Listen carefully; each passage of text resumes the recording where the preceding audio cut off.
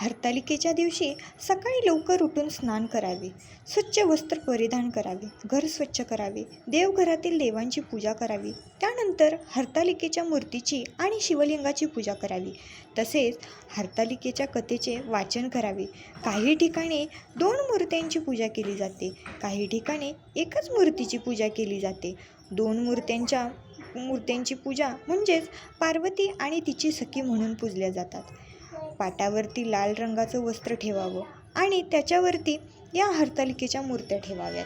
त्यांच्यासमोर वाळूने शिवलिंग तयार करावी. मग त्यांची पूजा करून बेलपत्र, फुले, फळे अर्पण करावी. फळांचा नैवेद्य दाखवावा आणि आपल्याला सुखी, समृद्धी, सौभाग्य मिळावं आणि आपल्या सर्व इच्छा पूर्ण व्हाव्यात अशी प्रार्थना करावी.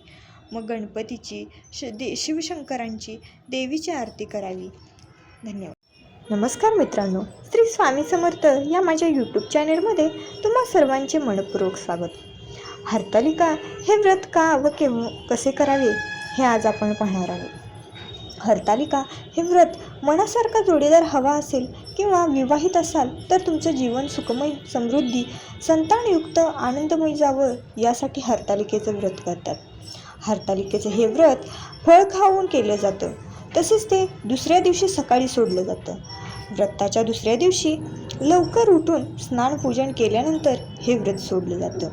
सप्टेंबर 2024मध्ये हे व्रत भाद्रपद महिन्याच्या शुक्ल पक्षाच्या तृतीयेला केलं जातं. असं म्हणतात, या व्रताची सुरुवात देवी पार्वतीने महादेवांना प्राप्त करण्यासाठी केली होती. त्यामुळे या दिवशी अविवाहित मुली व विवाहित महिला हे व्रत करतात आणि शिवलिंगासह देवी पार्वतीची पूजा करतात.